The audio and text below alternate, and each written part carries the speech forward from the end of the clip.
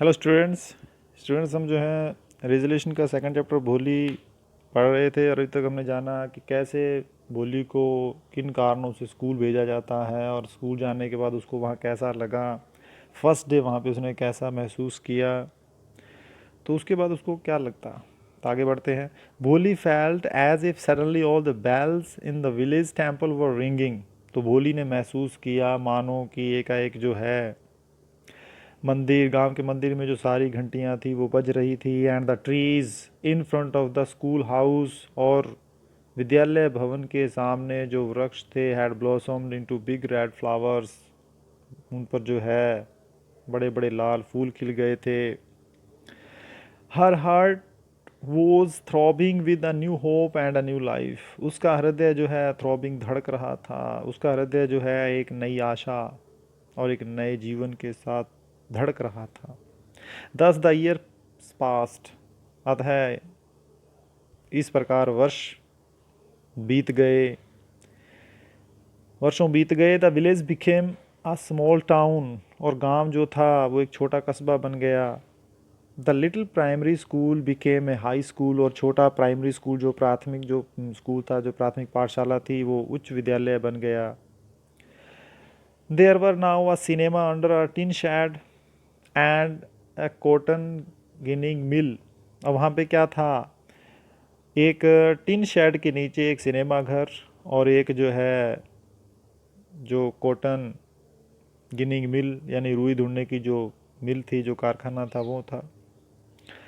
The mail train began to stop at their railway station, और उनके railway station पर जो डाक गाड़ी थी उसने रुकना प्रारंभ कर दिया था। तो वन नाइट आफ्टर डिनर, एक रात रात्रि का भोजन करने के बाद, एक रात भोजन के उपरांत भी कह सकते हैं, Ramlal said to his wife. Ramlal ने अपनी पत्नी से कहा, then shall I accept Bishambar's proposal. तब क्या मैं विशंबर का जो विवाह प्रस्ताव है वो स्वीकार कर लूँ? यस, हाँ, सर्टनली, अवश्य। हिज वाइफ सैड, उसकी पत्नी बोली, Bholi will be lucky to get such a well to do bridegroom. Bholi जो है एक ऐसे वेल टू डू यानी अच्छा खासा अमीर ब्राइड ग्रूम यानी दुल्हा। बोली एक ऐसे अमीर दूल्हे को पाकर भाग्यशाली होगी। फिर क्या है आगे, a big shop, a house of his own, and I hear several thousands in the bank. क्या कुछ है उसके पास, एक बड़ी सी दुकान, a house of his own, खुद का अपना घर, and I hear several thousands in the bank, और मैंने ये भी सुना है कि उसके हज़ारों रुपए जो हैं बैंक में जमा है। सेवरल थाउजेंड्स, कई हज़ार रुपए उसके बैंक में जमा है। More over he is not asking for any dowry, dowry दहेज। इसके अलावा वो दहेज तो भी नहीं मांग रहा है, किस तरह का कोई दहेज नहीं मांग रहा है वो। दैट्स राइट, वह तो ठीक है। But he is not so young, परंतु वह इतना जवान नहीं रहा है। यू नो, तुम जानती हो, almost the same age as I am, वो लगभग मेरी ही आयु का है। एंड ही ऑल्सो लिम्स, और वो लंगड़ाता भी है, लिम्स यानी लंगड़ाता है। Moreover the children from his first wife are quite grown up. इसके अलावा उसकी जो पहली पत्नी के बच्चे हैं वो भी काफ़ी ग्रोन अप हो गए हैं, बड़े हो गए हैं। So what does it matter, तो इससे क्या फ़र्क पड़ता। हिज वाइफ रिप्लाइड, उसकी पत्नी ने जवाब दिया, 45 और 50, 45 और 50, इससे क्या फ़र्क पड़ता। It is not great age for a man, it is no great age for a man. तो पुरुष के लिए यानी ये कोई आयु अधिक नहीं है। It is no great age for a man, पुरुष के लिए यह कोई अधिक आयु नहीं है। We are lucky that he is from another village, हम भाग्यशाली हैं कि वह दूसरे गांव का है। And does not know about her pock marks, और वह उसके चेचे के दागों के बारे में नहीं जानता है। And her lack of sense, और उसमें समझ की कमी है, ये भी वो नहीं जानता है। If we don't accept this proposal, यदि हम उसका ये प्रस्ताव स्वीकार नहीं करते हैं, she may remain unmarried all her life, तो वो अपने जीवन पर्यंत जो है क्या रह सकती है, विवाहित रह सकती है। यस हाँ, बट आई वंडर वट भोली विल से, लेकिन मुझे इस बात की हैरानी है कि भोली क्या कहेगी। Yes but I wonder what भोली विल से, कि भोली क्या कहेगी, या मैं ये जानने को। What will that witless one से, विटलेस, विट यानी बुद्धि होता है, विटलेस जिसमें कह सकते हैं कि जो बुद्धि नहीं है, मूर्ख भी कह सकते हैं। What will that witless one से, वह मूर्ख क्या कहेगी। शी इज़ लाइक ए डम काउ, वह तो एक गूंगी गाय के समान है। Maybe you are right, muttered Ramlal, Ramlal muttered यानी बुदबुदाया, रामलाल बुदबुदाया, maybe you are right, शायद तुम सही हो। In the other corner of the courtyard, आंगन के दूसरे कोने में भोली ले अवेक ऑन हर कोट, भोली अपनी चारपाई के ऊपर लेटी हुई क्या कर रही थी, listening to her parents whispered conversation, अपने माता पिता की जो कानाफूसी वाली जो बातचीत थी, जो कन्वर्सेशन था, बातचीत थी, विस्पर्ड यानी जो कानाफूसी, वो सुन रही थी। Bishambarnath was a well to do grocer, Bishambarnath एक समृद्ध अंसारी वाला था। He came with a big party of friends and relations with him for the wedding, और वह जो है विवाह के लिए अपने मित्रों और रिश्तेदारों की एक बड़ी बारात लेकर आया था। A brass band playing a popular tune from an Indian film headed the procession, a brass band playing, और बारात के आगे आगे जो है पीतल के जो वाद्य यंत्रों का एक बैंड था, जैसे कि आप देखते हैं कि भारतीय जो फिल्में रहती हैं, जो चलचित्र होते हैं, उनकी जो लोकप्रिय धुन बजाता हुआ चल रहा था, यानी कि जो बारात के आगे आगे पीतल के वाद्य यंत्रों का जो एक बैंड एक भारतीय फिल्म की लोकप्रिय धुन को बजाता हुआ चल रहा था। प्रोसेशन यानी बारात कह सकते हैं। With the bride groom riding A decorated horse, दूल्हा जो है एक सजे हुए घोड़े पर सवार था। Ramlal was overjoy to see such pomp and splendour, pomp and splendour यानी शान और शौकत, और जो रामलाल था वो इतनी शान शौकत देखकर आनंद विभोर हो गया, तड़क भड़क देखकर, क्योंकि गांव में उसका अपना एक रुतबा था। तो रामलाल वॉज ओवरजॉयड, वो आनंद विभोर हो गया, टू सी क्या देखकर, सच पॉम्प एंड स्प्लेंडर, शान शौकत या कह सकते हैं तड़क भड़क देख। He had never dreamt that his fourth daughter would have such a grand wedding, उसने कभी सपने में भी नहीं सोचा था कि उसकी जो चौथी बेटी है उसका विवाह इतनी धूमधाम से होगा, grand wedding. Bholi's elder sisters who had come for the occasion were envious of her luck, envious यानी ईर्ष्या। अब होली की जो बड़ी बहनें थी वो भी उस अवसर पर जो है आई हुई थी,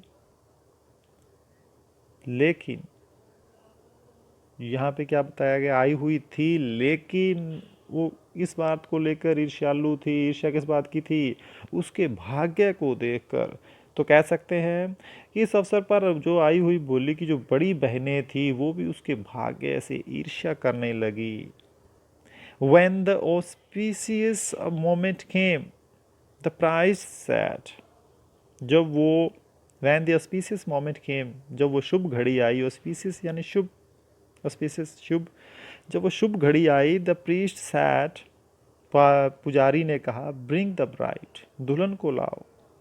भोली क्लैड इन ए रेड सिल्कन ब्राइडल ड्रेस, अब जो है भोली क्या थी, क्लैड इन ए रेड सिल्कन ब्राइडल ड्रेस, दुल्हन वाली लाल रेशमी साड़ी पहने हुए भोली जो थी, रेड सिल्कन ब्राइडल ड्रेस यानी रेशमी, जो दुल्हन वाली लाल रेशमी साड़ी पहने हुए भोली, was led to the bride's place near the sacred fire. Sacred fire पवित्र अग्नि। तो दुल्हन वाली जो लाल रेशमी साड़ी पहने हुए भोली जो है पवित्र अग्नि के पास दुल्हन के स्थान तक लाई गई। गार्लैंड द ब्राइड, दुल्हन को माला पहना दो। गार्लैंड माला पहनाना। One of his friends prompted Bishambar Nath, उसके जो दोस्त थे किसके, बिशंबर नाथ के एक मित्र ने उसे याद दिलाया कि क्या करो, माला पहना दो। The bride groom lifted the garland of yellow marigolds, marigolds गेंदे के फूल। दूल्हे ने जो है पीले गेंदे का फूलों का हार उठाया। A woman slipped back the silken veil, veil यानी घूंघट।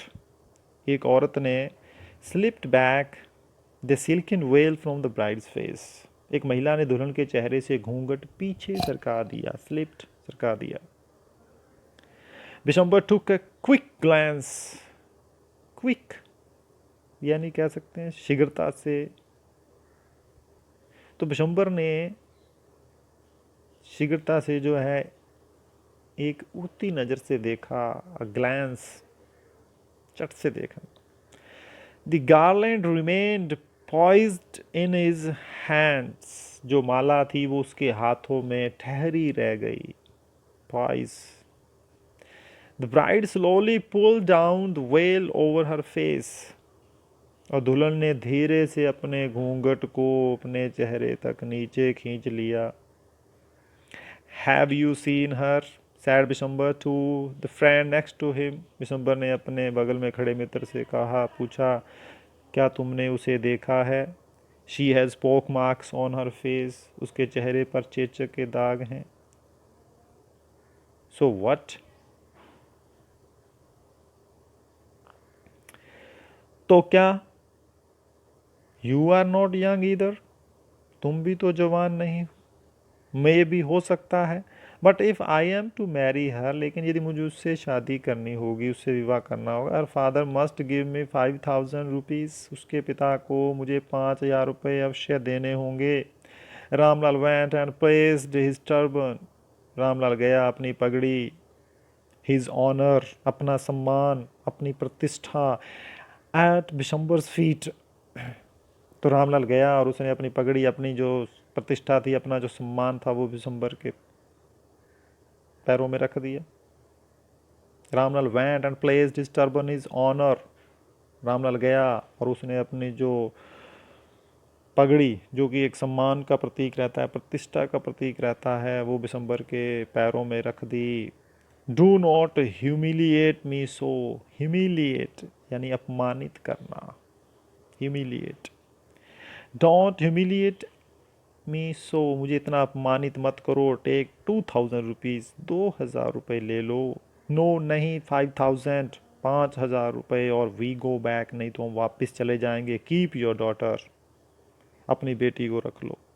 बी ए लिटिल कंसिडरेट, कृपया थोड़ा सा संवेदनशील बनिए, प्लीज़ कृपया थोड़ा सा संवेदनशील बनिए। इफ़ यू गो बैक, यदि आप वापस चले जाएंगे, I can never show my face in the village, तो मैं कभी भी गांव में अपना मुंह दिखाने के लायक नहीं रहूँगा। देन आउट विद 5000, तो फिर 5000 निकालो। Tear streaming down his face, चेहरे पर आंखों से आंसू बहते हुए, बहाते हुए रामलाल वेंट इन, रामलाल अंदर गया। ओपन द सेफ, तिजोरी को खोला। And counted out the notes, और एक एक करके नोट गिने। ही placed the bundle at the bride grooms feet, और उसने जो बंडल था, नोटों का बंडल था, वो दूल्हे के चरणों में रख दिया। On Bishambar's greedy face appeared a triumphant, triumphant यानी कामयाबी, विजय, स्माइल, मुस्कान। On Bishambar's greedy face appeared a triumphant smile, और बिशंबर के जो लालची चेहरे पर विजय की, जीत की, कामयाबी की एक मुस्कुराहट आ गई। ही हैड गैम्बल्ड, उसने जुआ खेला था, एंड वन, और जीत गया। गैम्बल्ड, जुआ खेला। Give me the garland, he announced, तब उसने घोषणा की, मुझे माला दो।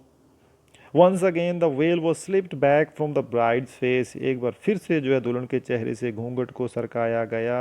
But this time her eyes were not downcast, लेकिन इस बार उसकी आंखें यानी कि दुल्हन की आंखें झुकी हुई नहीं थी। शी वॉज लुकिंग अप, वह ऊपर देख रही थी, looking straight at her prospective husband, ऊपर देख रही थी, सीधा अपने होने वाले पति की आंखों। And in her eyes there was neither anger nor hate, only cold contempt. उसकी आंखों में न क्रोध था न ही घृणा थी, मात्र क्या था, ओनली कोल्ड कंटेम्प्ट, एक रूखा कंटेम्प्ट, तिरस्कार था। कोल्ड कंटेम्प्ट यानी रूखा तिरस्कार। Bishambar raised the garland to place it round the bride's neck. Bishambar ने जो है दुल्हन के गले में, गर्दन में डालने के लिए माला उठाई। But this time her eyes were